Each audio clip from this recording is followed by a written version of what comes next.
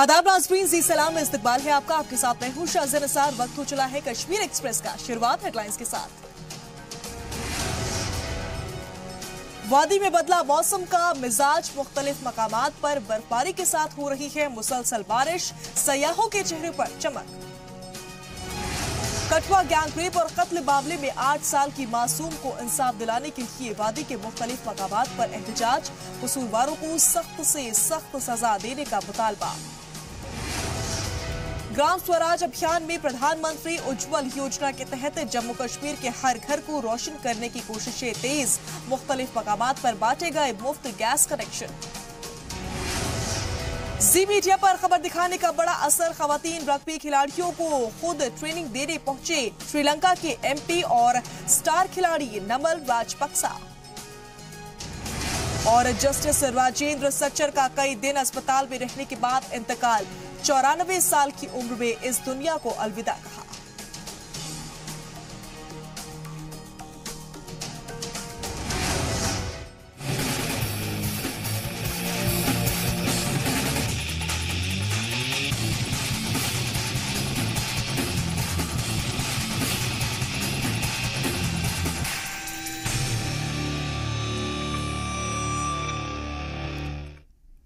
जी हां, कश्मीर का मौसम सर्द है। कश्मीर के मुख्तलिफ मकामात पर मुसलसल बारिश और सर्द हवाएं चल रही हैं।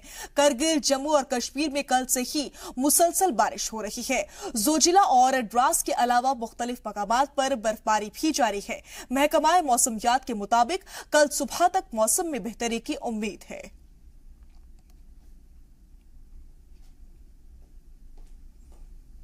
मुसलसल मूसलाधार बारिश के बायस कुपवाड़ा और हंदवाड़ा में नदी नालों में पानी ऊपर आने की वजह से सैलाब की सूरत हाल बने हुए हैं। इसकी वजह से तमाम सड़कों पर पानी भर गया है, लेकिन पानी को हटाने या निकालने का कोई इंतजाम नहीं है। अब सिर्फ सड़कों पर ही नहीं, लोगों के घरों में भी पानी भरने लगा है, जिसकी वजह से लोगों को आने जाने में परेशानियों का सामना करना पड़ रहा है। काहीपुरा राजवर में भी सैलाब जैसे हालात बने हुए हैं। गुज़िश्ता कुछ बरसों में ऐसा ही होता आ रहा है कि जब भी बारिश होती है तो पानी भरने की वजह से सड़कों पर पानी भर जाता है और लोगों का शहर से राब्ता मुकम्मल तौर पर टूट जाता है। काहीपुरा से लेकर हंदवाड़ा तक सैलाब के हालात बने हुए हैं। अथॉरिटीज करोड़ों रुपए खर्च करने का दावा कर रही है, लेकिन कुछ भी नहीं दिख रहा है।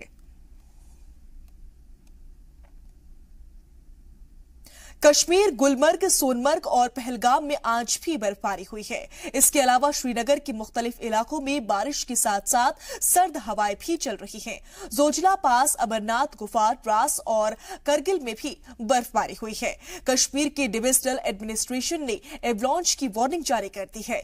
कुपवाड़ा, बांदीपुरा, बारामूला, अनंतनाग, कुलगाम, बडगाम, गांदरबल, कारगिल और लेह के लिए वार्निंग जारी की गई है और पहले से ही एहतियात बरतने के लिए कहा गया है। श्रीनगर में कल का दर्जा हरारत 18.5 डिग्री रहा, जबकि आज 21.1 डिग्री सेल्सियस दर्ज किया गया है। गुलबर्ग में भारी बर्फबारी से सयाहों का चेहरा खिल उठा है। जहां जमीनी इलाकों में मूसलाधार बारिश हुई है, वहीं दूसरी जानिब कश्मीर वादी के ऊपरी इलाके बर्फ की चादर में ढके हुए नजर आ रहे हैं। अब जी मीडिया नुमाइंदे लोगों से बात कर रहे हैं और लोगों ने उनसे कहा है कि गुलबर्ग किसी जन्नत से कम नहीं है। वहीं मशहूर सयाहती मकाम सोनमर्ग में 3 इंच की बर्फ की चादर बिछी हुई है। गुंड, गांगीर, कुल्लन, गनीवान, कंगन, लार, साफापुरा और गांदरबल और इसके आसपास के इलाकों में मूसलाधार बारिश हो रही है। 434 किलोमीटर का श्रीनगर हाईवे फिलहाल के लिए जोजिला पास से बंद कर दिया गया है। कई मकामात पर फिसलन की हालत बने हुए हैं, जिसकी वजह से गाड़ियों की आमदोरफ्त भी मुतासर हुई है।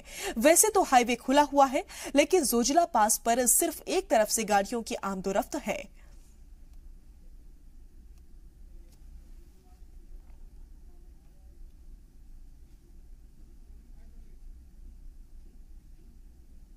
तो वहीं जहां एक तरफ चेनाब इलाके के फल काश्तकार और खुसूसी तौर पर भदरवा पहाड़ियों में ताजा बर्फबारी से फिक्रमंद है, तो दूसरी जानिब लगातार गड़गड़ाहट के साथ बारिश होने से अच्छी पैदावार के आसार नुमाया है।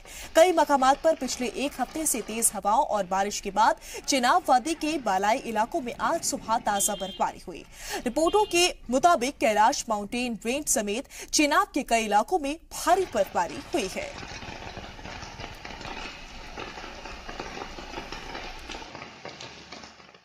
जबरदस्त बारिश जो है भदरवा में लगातार पिछले कई दिनों से हो रही है और इसका बहुत ज़्यादा नुकसान हमारे ज़मींदार भाइयों पर है, हमारे ज़मींदार किसान भाइयों पर है, जिनके बागात तबाह हो रहे हैं, फसलें तबाह हो रही हैं। बारिश है या ओले हैं, इसका एक बहुत बुरा इम्पैक्ट है हमारे डे टू डे लाइफ पे।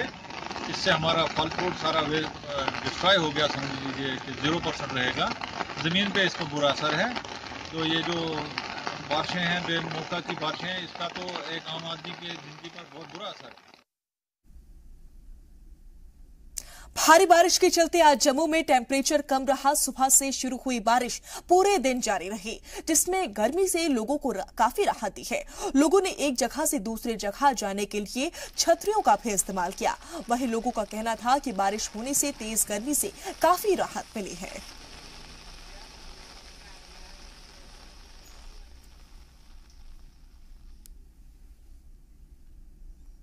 तो वहीं पट्टन में हजरत अबू बकर सिद्दीक रहमतुल्लाह अलैह का उर्स मनाया जा रहा है। इस मौके पर सैकड़ों अकीदतमंद पहुंचे। इस दौरान जबरदस्त बारिश भी हुई।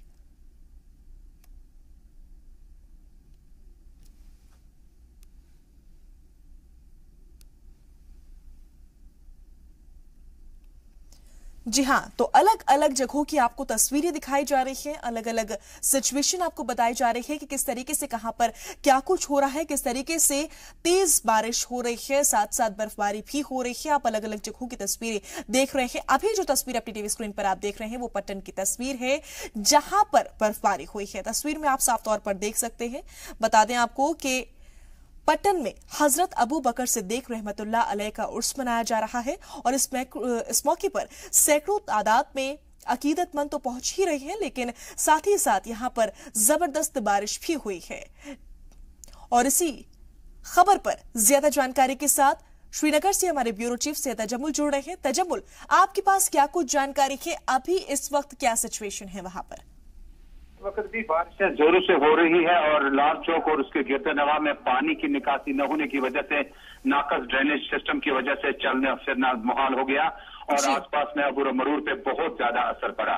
हमने देखा कि लगातार बारिशों से जहां कौमी शाहरा पर ट्रैफिक धर्मादा हो गया, वहीं दूसरी तरफ लद्दाख कारगिल का रोड बंद पड़ा है और कौमी शाहरा पर भी ट्रैफिक की आमदरफ्त जो है मुतासिर हुई। इसी बीच आज लगातार बारिशों के चलते मैनेजमेंट, डिस्ट्रिक्ट एडमिनिस्ट्रेशन ने अपनी तरफ से कोशिशें की, क्योंकि बारिशें रुकने का नाम नहीं लेती है, लिहाजा पानी को यहाँ से दूसरी साइड डाइवर्ट करने की कोशिशें अभी तक कामयाब नहीं हो पाई।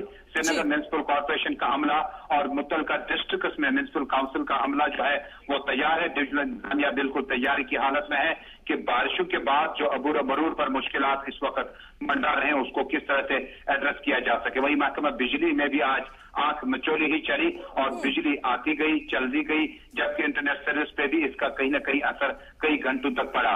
तमाम सिक्योरिटी रीजन की वजह से बताया गया कि इंटरनेट सर्विस बंद रखी गई थी, लेकिन बारिशों ने भी खूब रखना डाला। शादिया जी, तजम्मुल, इस वक्त आप वहां पर मौजूद हैं। हम आपसे ये जानना चाहेंगे कि ये सिचुएशन कहां कहां पर बनी हुई है और किन किन इलाकों में भारी बर्फबारी और बारिश हो रही है?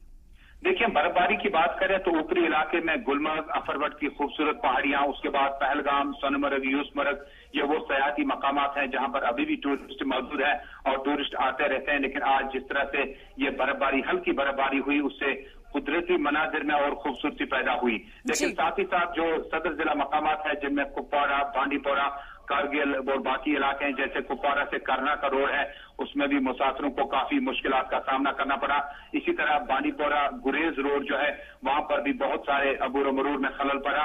इसी तरह बहुत सारे साधना टाप का इलाका है, कुपवाड़ा के मुतअद्दिद इलाके हैं, ये वो इलाके हैं जो तकरीबन रियासत से या कश्मीर से, श्रीनगर से और बाकी इलाकों से कट के रह गए। लेकिन इसी बीच डिविजनल इंतजामिया और सिविल इंतजामिया, बीकन, आर्मी, पुलिस की तरफ से कोशिशें जारी है कि किसी न किसी तरह से जो दरमादा मुसाफिर है उनको आगे कहीं न कहीं निकाला जा सके। वहीं महकमा मौसमियात का क्या कुछ कहना है? महकमे मौसमियात के जो डायरेक्टर है सोनम लोटस, आज हमारी उनसे बातचीत हुई तो उन्होंने साफ तौर पर कहा कि ये जो बारिशें हैं, चूंकि विंटर्स में उतनी ज्यादा बारिशें नहीं हुई, लेकिन अब इसका सिलसिला जो है वो अप्रैल में भी जारी रहेगा। क्योंकि बर्फबारी का जो सीजन होता है वो दिसंबर से फरवरी एंडिंग तक होता है, लेकिन इस साल इन 2-3 दिनों में उतनी बर्फबारी नहीं पड़ी, साली भी थी। और ज़राअत के हवाले से यह खबर थी कि इस साल तकरीबन पैडी लैंड का जो इस्तेमाल है वो तकरीबन ज्यादा फायदामंद नहीं होगा, लेकिन कुदरत की कारीगरी ऐसी चली कि लगातार बारिशों की वजह से सोनम लोटस ने कहा कि अब ये जो फसल की जो खपत थी या जो कमी थी ये दूर की जा सकती है।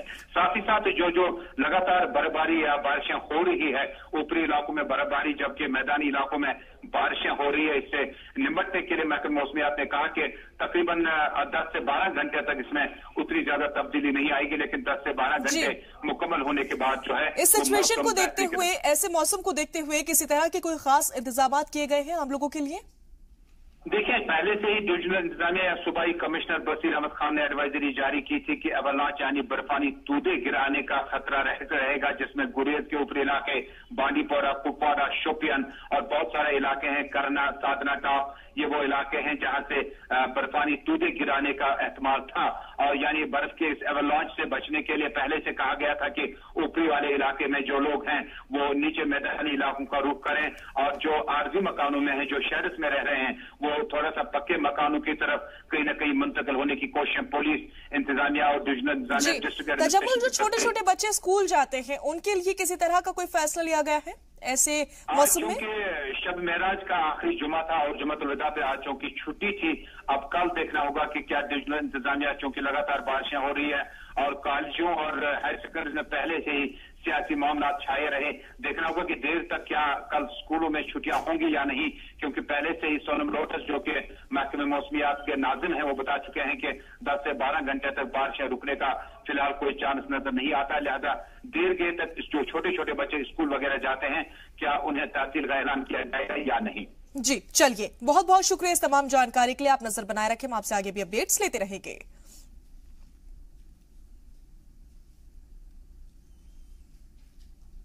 और इसी बीच बड़ी खबर आ रही है, बीजेपी एमएलए चौधरी लाल सिंह की जाती फैक्ट्री पर रेड पड़ी है। जी हां, जम्मू की फैक्ट्री पर जंगल महकमे की छापेमारी हुई है।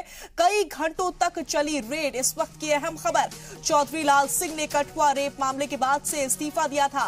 बड़ी और अहम खबर की जानकारी आप तक पहुंचाई जा रही है। बीजेपी एमएलए चौधरी लाल सिंह की जाती फैक्ट्री पर रेड पड़ी है। बता दें आपको कि जम्मू की फैक्ट्री पर जंगल महकमे की छापेमारी हुई है। कई घंटों तक ये रेड चली है। इस वक्त की बड़ी और अहम खबर, बता दें आपको कि चौधरी लाल सिंह ने कठुआ रेप मामले के बाद इस्तीफा दिया था। जी हां,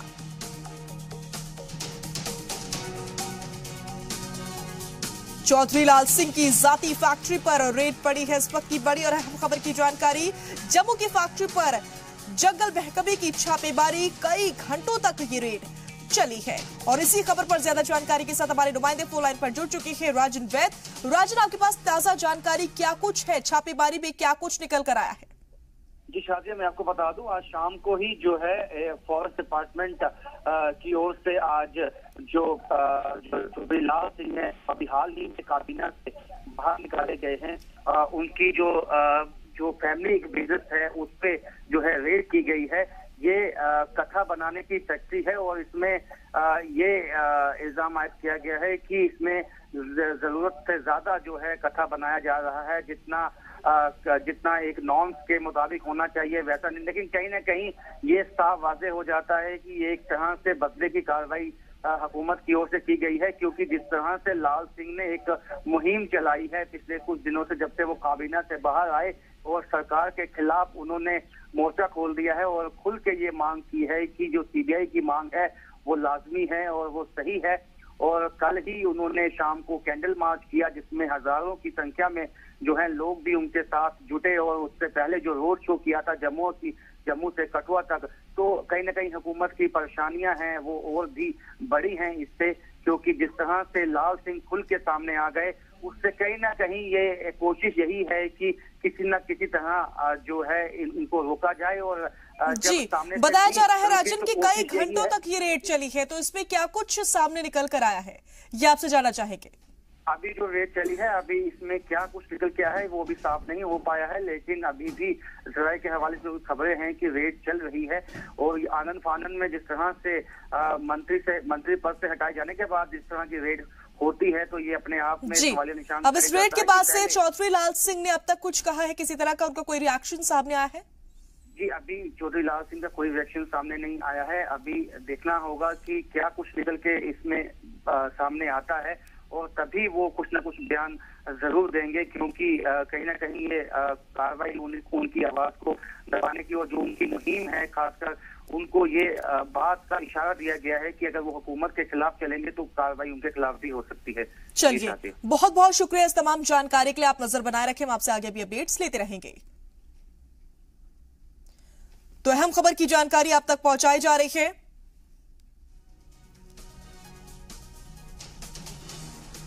बीजेपी एमएलए चौधरी लाल सिंह की जाती फैक्ट्री पर रेड पड़ी है। जम्मू की फैक्ट्री पर जंगल महकमे की छापेमारी हुई है। जी हां, कई घंटों तक ये रेड चली है।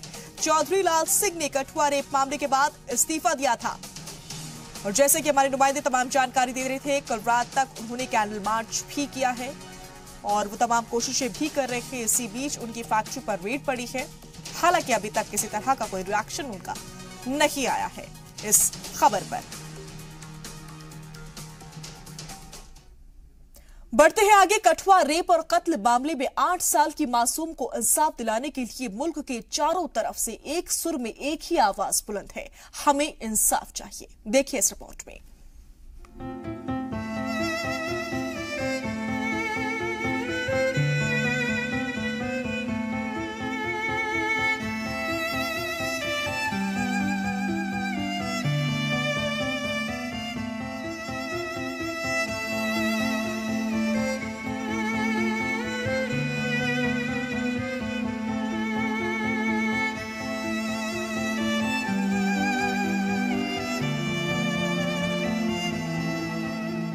भद्रवाह और किश्तवाड़ में कठुआ रेप और कत्ल मामले में जल्द से जल्द ट्रायल होने और 8 साल की मासूम को इंसाफ दिलाने के लिए मुस्लिम कम्युनिटी ने बंद रखा।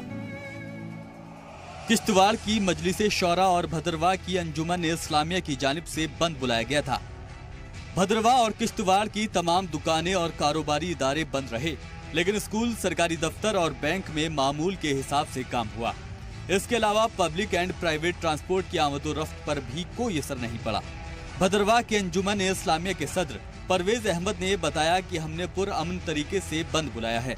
हमारा मकसद कठुआ रेप और कत्ल मामले में आसिफा को इंसाफ दिलाने के लिए फास्ट ट्रैक कोर्ट का मुतालबा है, जिससे बगैर किसी देरी के कसूरवारों को जल्द से जल्द और सख्त से सख्त सजा मिल सके, जिससे मुआशरे में एक मिसाल कायम हो सके। परवेज शेख ने ये भी कहा कि जम्मू और कठुआ का फिरका वाराना रंग देखकर बहुत दुख होता है, और साथ ही इसे जम्मू कश्मीर का डार्केस्ट पीरियड भी बताया। भद्रवाह और किश्तवाड़ में किसी भी हादसे से निपटने के लिए पुलिस और सीआरपीएफ की पुख्ता तैनाती की गई है। वहीं दूसरी जानिब पुलिस ने लोगों से सोशल मीडिया के जरिए अमन बरकरार रखने की अपील की है। भद्रवाह के एसपी राजेंद्र सिंह ने सोशल मीडिया की एक पोस्ट के जरिए कहा कि पूरी कार्रवाई और जांच के बाद हमने कोर्ट में चालान फाइल कर दिया है। इंसाफ जरूर मिलेगा, लेकिन इसके लिए बंद बुलाने की कोई जरूरत नहीं है, क्योंकि बंद बुलाने से आम जनता के अलावा किसी को कोई नुकसान नहीं होगा। ब्यूरो रिपोर्ट, जी मीडिया।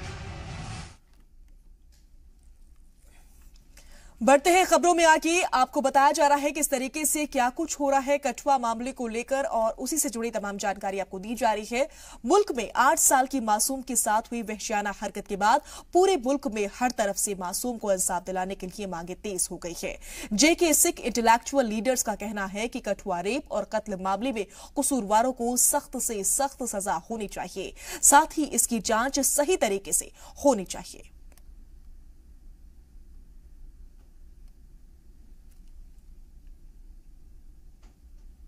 जो फोर्स कमिंग एक्सपेंशन हो रही है, रियासती सरकार एक नई मिनिस्ट्रल कैबिनेट बनाने जा रही है, उसमें सबसे बड़ा हमारा मुतालबा है इस सरकार से, सेंटर से भी, बीजेपी सरकार से भी और पीडीपी से भी, कि हमारा सिख कम्युनिटी का मेंबर एक मिनिस्ट्रल बर्थ पर जरूर होना चाहिए, क्योंकि हमारे साथ आज तक डिस्क्रिमिनेशन और वी आर फीलिंग एलिनेटेड, हम अलग थलग बढ़ गए हैं।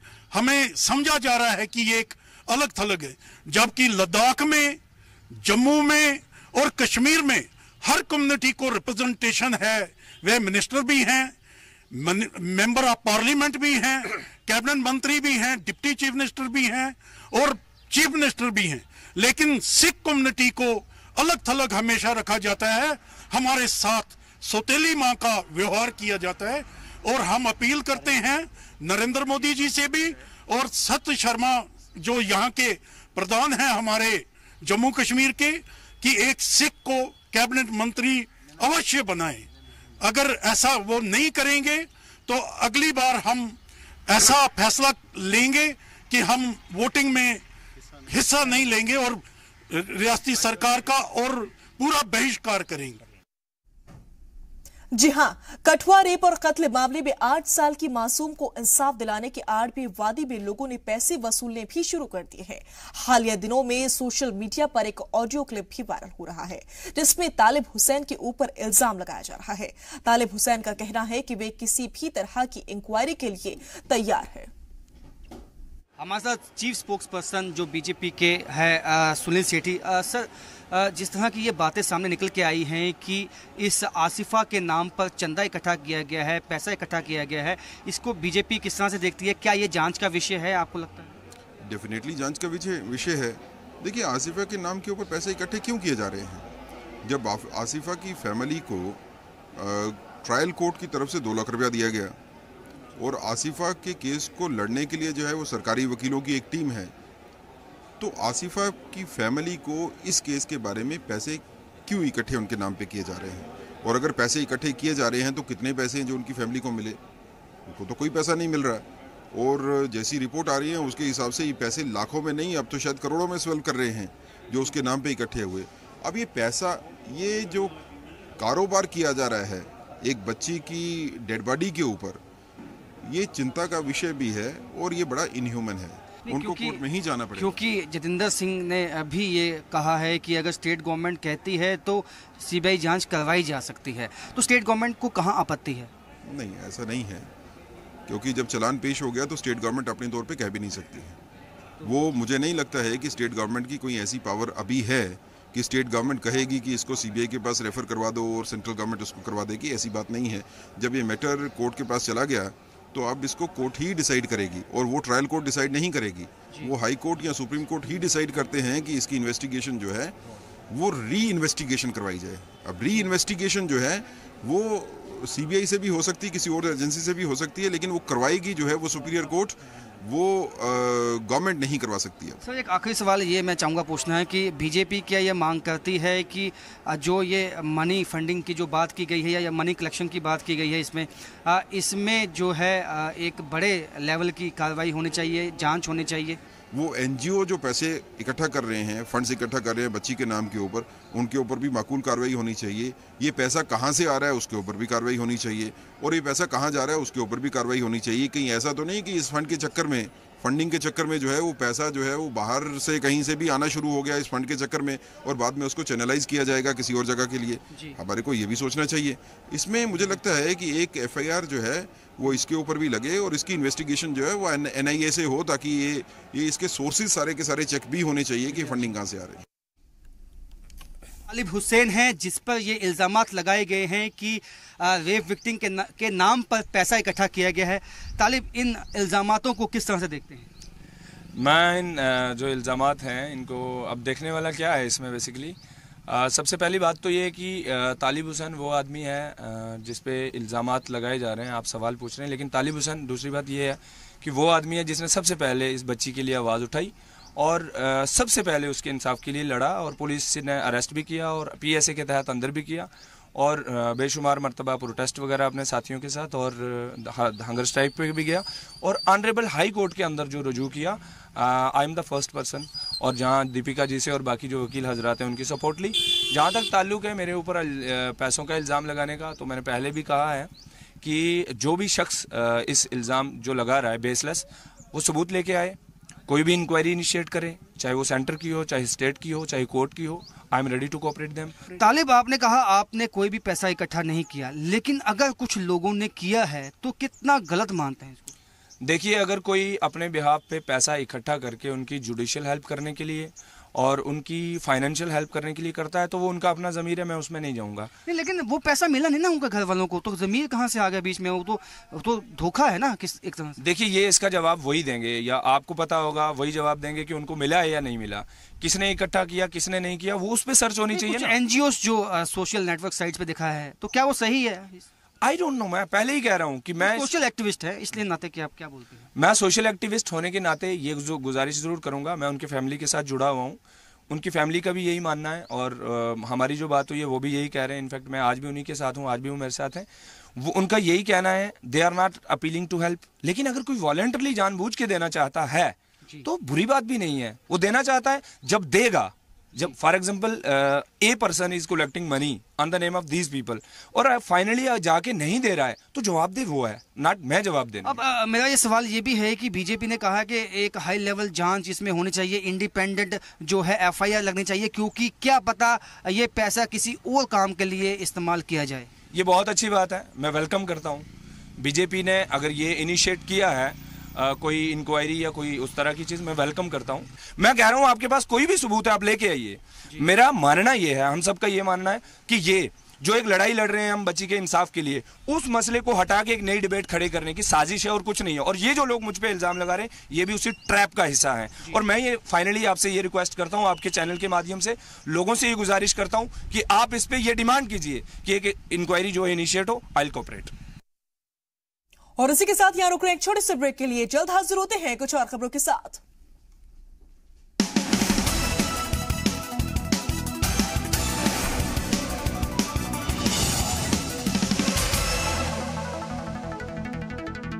ब्रेक के बाद एक बार फिर से आप सभी का इस्तकबाल है। बार काउंसिल ऑफ इंडिया की 5 रुकनी टीम ने जम्मू में वुकला से मुलाकात की और तकरीबन 2 घंटों तक इस पर बातचीत की गई।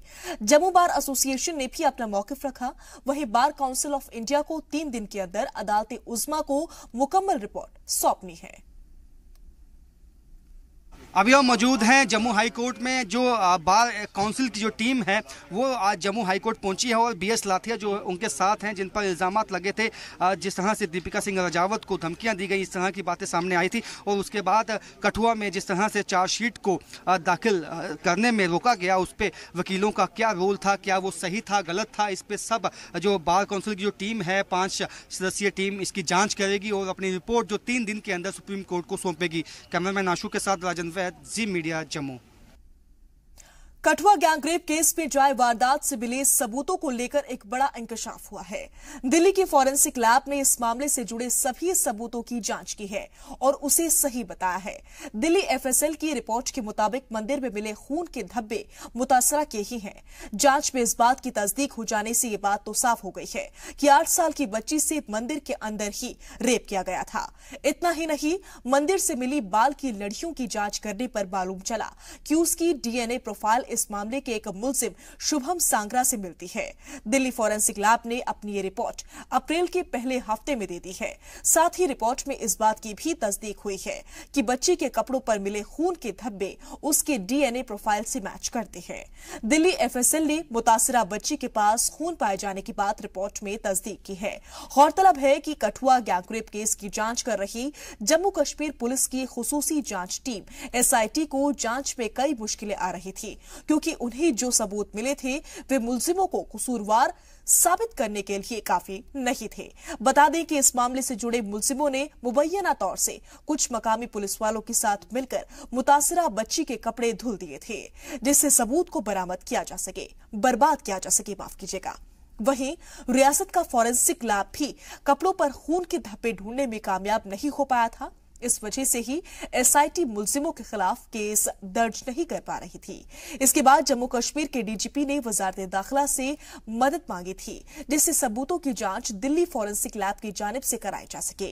इसके बाद मार्च में बच्ची के कपड़े और दीगर कई सबूतों समेत मुलजिम पुलिस अफसर दीपक खजूरिया, शुभम सांगरा और परवेश के भी ब्लड सैंपल जांच के लिए दिल्ली फॉरेंसिक लैब भेजे गए। वहीं जुमे की नमाज के बाद रामबन के लोगों ने कठुआ रेप और कत्ल मामले में 8 साल की मासूम को इंसाफ दिलाने के लिए एहतजाज किया। एहतजाजियों ने आधे घंटे से ज्यादा के लिए नेशनल हाईवे को जाम किया और हुकूमत और जम्मू बार एसोसिएशन के खिलाफ जमकर नारेबाजी की। एहतजाजी रैली कैफेटेरिया मोड़ से शुरू होकर रामबन बस स्टैंड होते हुए मस्जिद मार्केट पर इख्तिताम हुई। मस्जिद के इमाम मौलाना नजीर ने बताया कि रामबन का एहतजाज पूरी तरह से जम्मू बार एसोसिएशन के खिलाफ है, क्योंकि वे लोग कसूरवारों को बचाने की कोशिश कर रहे हैं।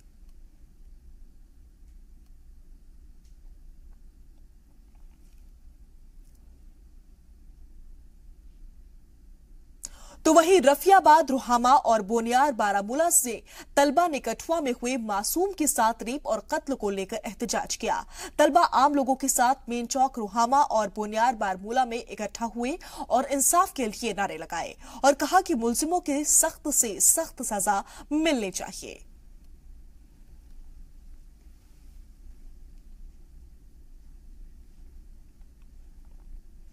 वहीं कठुआ मामले पर जम्मू कश्मीर बीजेपी के तर्जुमान सुनील सेठी ने कहा कि मामला पुराना है, लेकिन हम इसे मजहब की नजर से नहीं देखते।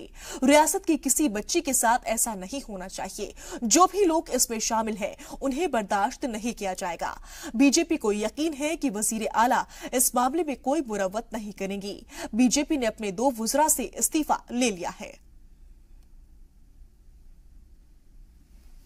और अगर भारतीय जनता पार्टी ने एग्जाम्पल सेट की है तो मुझे लगता है कि पीडीपी की तरफ से डिमांड थी, ऑनरेबल चीफ मिनिस्टर की तरफ से डिमांड थी कि जो लोग भी इनडायरेक्टली भी रेपिस्ट को सपोर्ट करते हैं, चाहे वो प्रिसेप्शन में हो, तो उनके खिलाफ एक्शन होनी चाहिए।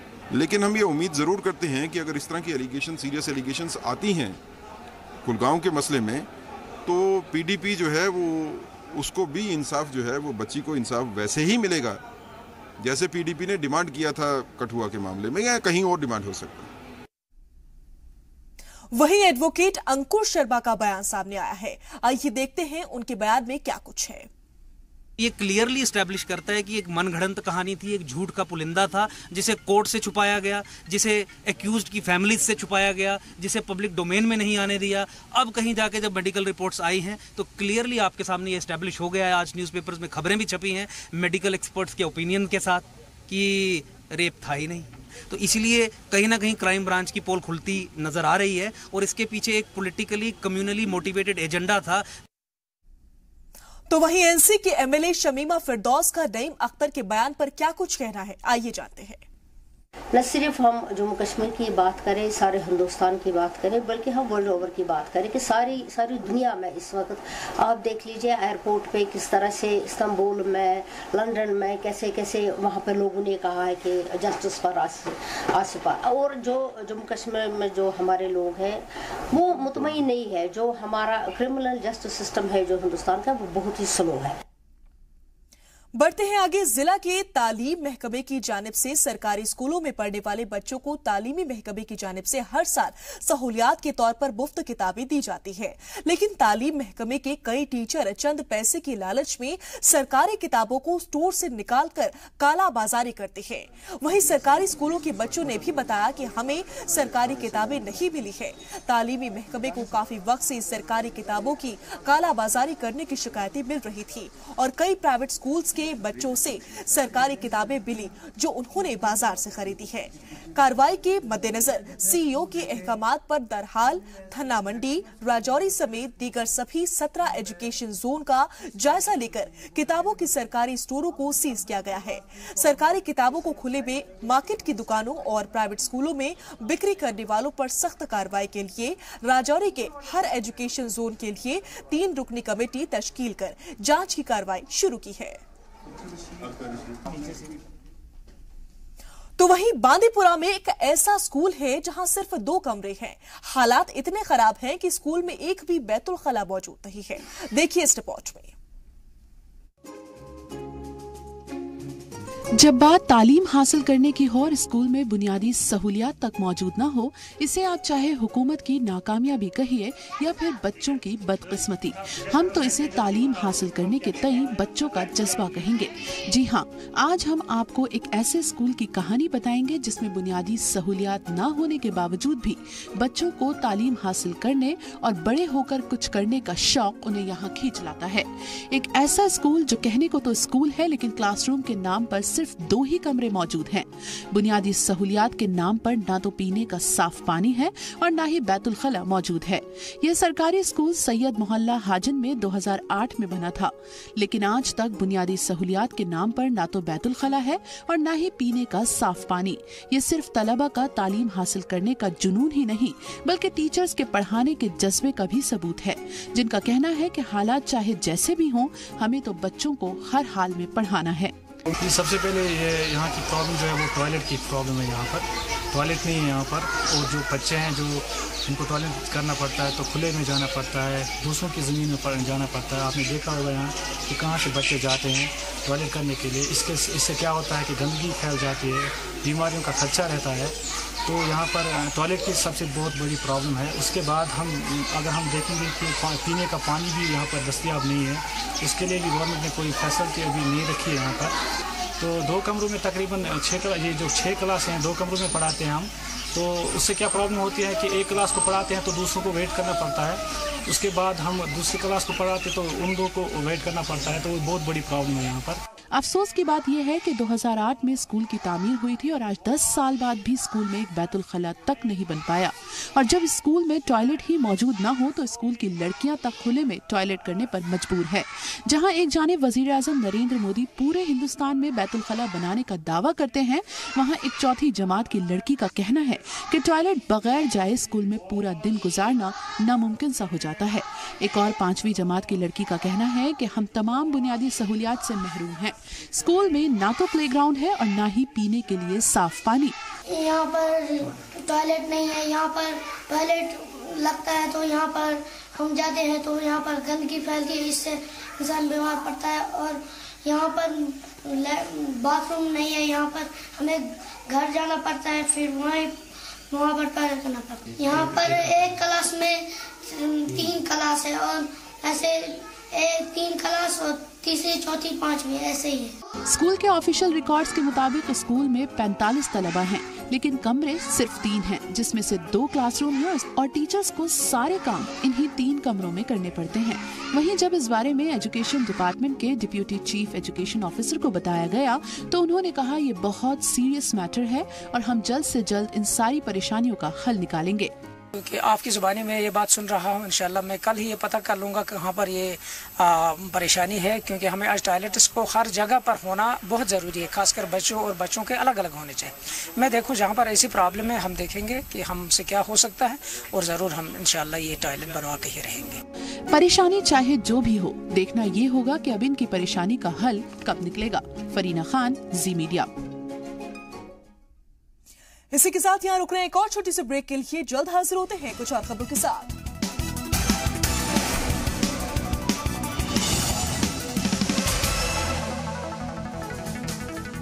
ब्रेक के बाद एक बार फिर से आप सभी का इस्तकबाल है। सीधा रुख इस वक्त की बड़ी खबर का। पीर की गली इलाके में लैंडस्लाइड हुआ है। जी हां, इस वक्त की बड़ी खबर, लैंडस्लाइड के बाद मुगल रोड बंद कर दिया गया है, गाड़ियों की आमदोरफ्त पर रोक लग गई है। इस वक्त की बड़ी और अहम खबर की जानकारी आपको दी जा रही है।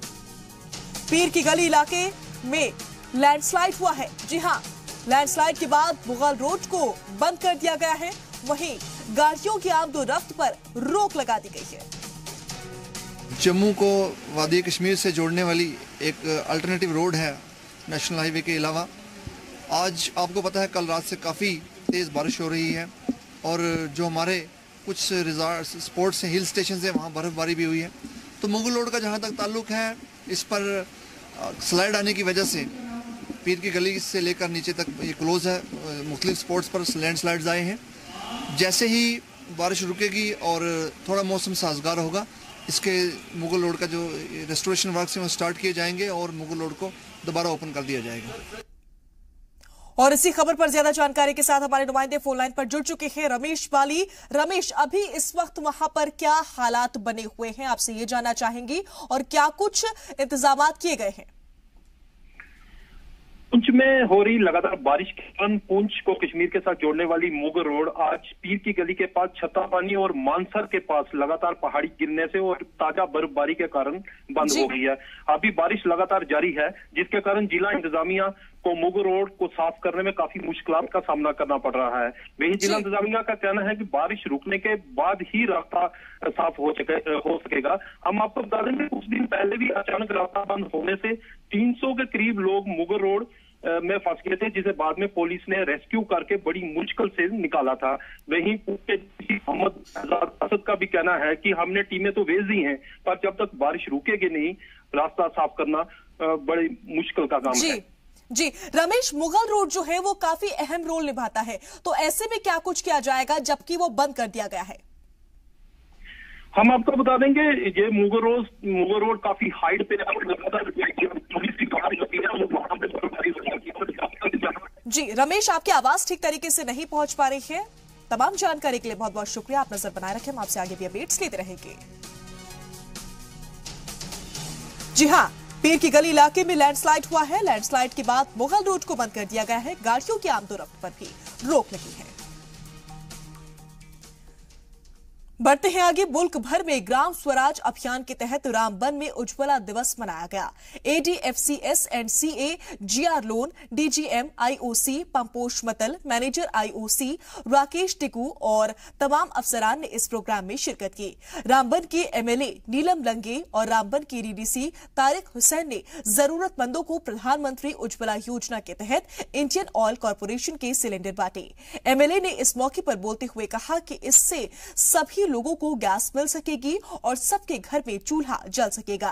वहीं MLA ने वजीर आजम नरेंद्र मोदी का शुक्रिया अदा करते हुए कहा कि इस तरह की स्कीम खवातीन, बच्चे और पिछड़े हुए तबकों के लिए मददगार साबित हो रही है। वहीं बारामूला में ग्राम स्वराज अभियान के तहत उज्ज्वला दिवस मनाया गया। हाल ही में लॉन्च ग्राम स्वराज अभियान के तौर पर जिला इंतजामिया ने उज्ज्वला दिवस मनाया। इससे मुताल्लिक में डाक बंगला बारामूला में एक शानदार तकरीब का इनेकाद किया गया, जिसमें मुख्तलिफ अफसरान, मुख्तलिफ गैस एजेंसियों ने हिस्सा लिया। इस मौके पर जिला तरक्याती कमिश्नर डॉक्टर नासिर अहमद नक्काश मेहमान खुसूसी के तौर पर शिरकत कर रहे हैं। डिप्टी कमिश्नर फारूक अहमद बाबा और दीगर अफसरान ने भी यहां पर शिरकत की। इस दौरान जहां जहां पर इन लोगों को अवेलेबिलिटी ऑफ LPG गैसेस नहीं है, वो इनको ये प्रोवाइड कर रहे हैं। एंड क्यों? बिकॉज जो स्पेशली वुमेन एंड चिल्ड्रन की हेल्थ पर ये असर कर रहा है कि जो उनका वो जो day to day fossil fuels के साथ, बर्निंग वुड के साथ, स्टव्स के साथ, उन सब के साथ, स्टोव्स के साथ वो लोग जो उनका धुआं उनकी इफेक्ट हेल्थ पे कर रहे हैं, तो हमारे इस स्कीम के थ्रू उनको प्रोवाइड करेंगे ताकि वो ज़्यादा से ज़्यादा उनकी हेल्थ बेटर में रहेगी, बेटरमेंट ऑफ हेल्थ रहेगा एंड उस लेडी के लिए, उस फैमिली के लिए मोर टाइम अवेलेबल होगा। उधर बांदीपुरा के DC ऑफिस के कॉन्फ्रेंस हॉल में फूड एंड सप्लाईज महकमे की जानिब से उज्ज्वला दिवस का प्रोग्राम इनेकाद किया गया। बांदीपुरा के DDC खुर्शीद अहमद सानी इस प्रोग्राम के दौरान मेहमान खुसूसी रहे। उन्होंने बांदीपुरा में 22 गैस कनेक्शन मुफ्त बांटे। ग्राम स्वराज मुहिम के तहत आज का दिन हमने चुना था उज्ज्वला दिवस, जो नेशनल लेवल पे मना रहे हैं। आज हम इन SC STs को, जो मोस्ट बैकवर्ड एरियाज़ है, वहाँ पे हम गैस चूल्हे इनको फ्री फराहम कर रहे हैं। इसी की कड़ी आपने देखी, यहाँ पे हमने 11 लोगों को दिया है और ये प्रोसेस जारी रहेगी। तो वहीं सोपोर के डांगरपुरा में उज्ज्वला गैस कैंप का इनेकाद किया गया, जिसमें अंत्योदय के तहत गरीब कुनबों को मुफ्त में गैस कनेक्शन दिए गए।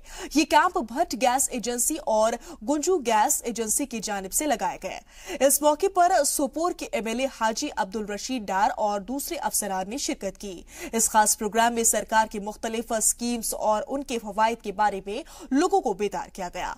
इसके अलावा उज्ज्वला स्कीम के तहत गरीब कुनबों को 100 गैस कनेक्शन मुफ्त में दिए गए। प्रधानमंत्री उज्ज्वला दिवस की बैनर तले वजारत पेट्रोलियम की जानिब से एक प्रोग्राम का इनेकाद किया गया। इस प्रोग्राम के तहत त्राल के खलील इलाके में गरीबों को गैस कनेक्शन तकसीम किए गए। जिनको गैस कनेक्शन मिला उन लोगों ने सरकार के साथ साथ अफसरान का भी शुक्रिया अदा किया। इस मौके पर नायब तहसीलदार और CDPO मौजूद रहे। तो वहीं डोडा से MLA शक्तिराज परिहर ने भागवा और सारसी गांव में 138 LPG सिलेंडर्स बांटे। ये गैस कनेक्शन उज्जवल योजना के तहत हर घर को रोशन करने के मकसद से दिए गए। इस मौके पर MLA शक्तिराज परिहर ने कहा कि आने वाले वक्त में ज्यादा से ज्यादा घर को रोशन करने की कोशिश रहेगी।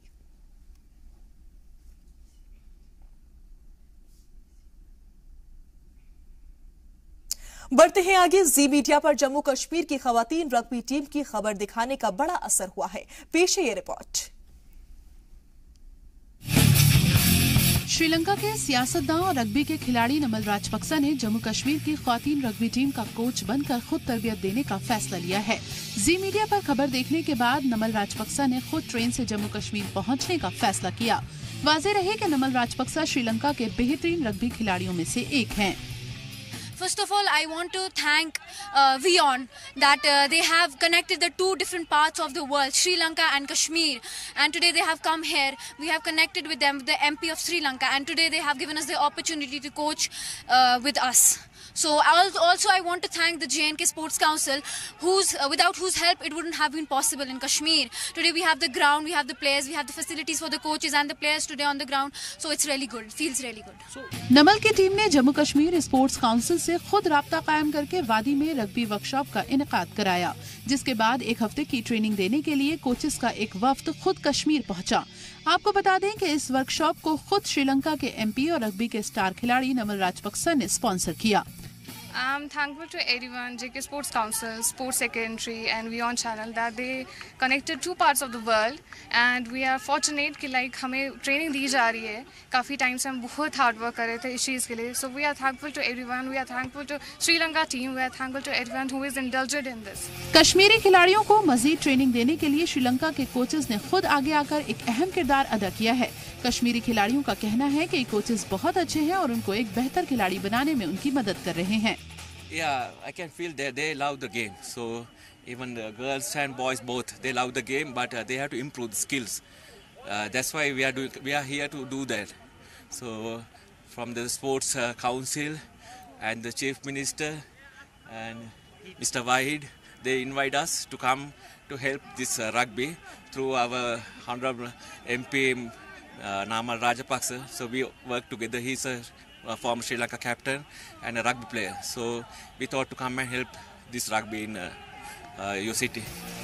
वहीं कोचेस का कहना है कि खिलाड़ियों में सीखने की लगन और दिलचस्पी है और यही उनको एक बेहतर खिलाड़ी बनने में मदद करेगा। वहीं खिलाड़ियों ने भी उनकी खबर इंटरनेशनल प्लेटफॉर्म पर दिखाने के लिए जी मीडिया का शुक्रिया अदा किया। सैयद तजम्मुल की रिपोर्ट, जी मीडिया। इसी के साथ कश्मीर एक्सप्रेस में फिलहाल के लिए बस इतना है, लेकिन चलते चलते एक नजर NSDC के तरबियती प्रोग्राम के तहत जम्मू कश्मीर के नौजवानों को खुद मुख्तार बनाने की उड़ान की मुहिम पर एक रिपोर्ट। उड़ान स्कीम के फवायद, जम्मू कश्मीर के तुलबा को तरबियत याफ्ता बनाना, ट्रेनिंग के बाद रोजगार से जोड़ना, रोजगार हासिल करने में हो रहे हैं तुलबा कामयाब।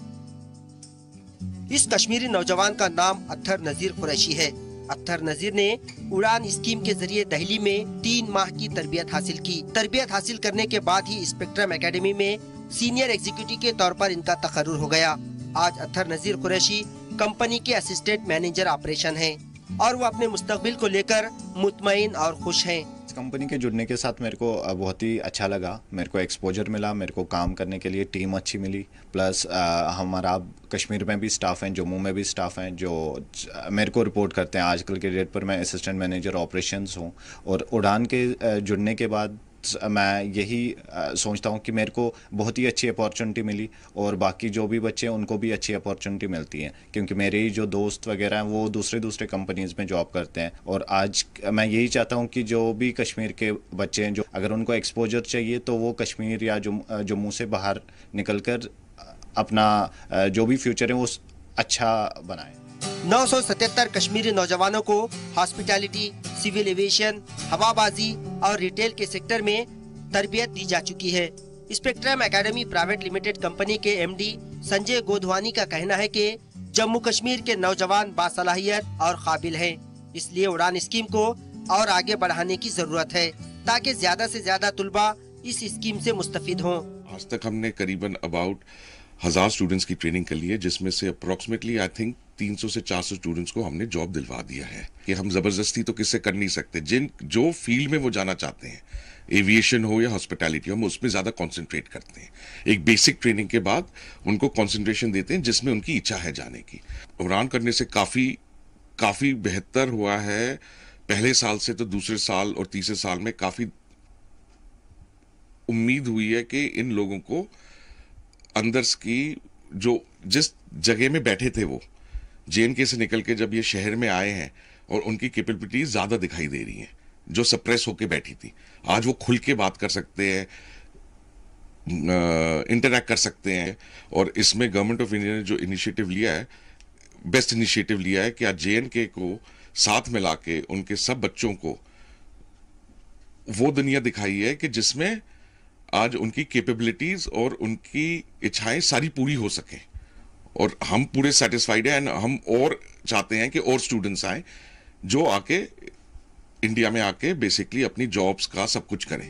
मरकजी वजारत दाखिला के जरिए चलाई जा रही उड़ान स्कीम जमीन पर भी कामयाबी के झंडे बुलंद कर रही है। उड़ान स्कीम से जुड़ने वाले जम्मू कश्मीर के नौजवान तरबियत पाकर बेहतर रोजगार के लिए तैयार हो रहे हैं और अब बड़े ओहदे हासिल कर रहे हैं।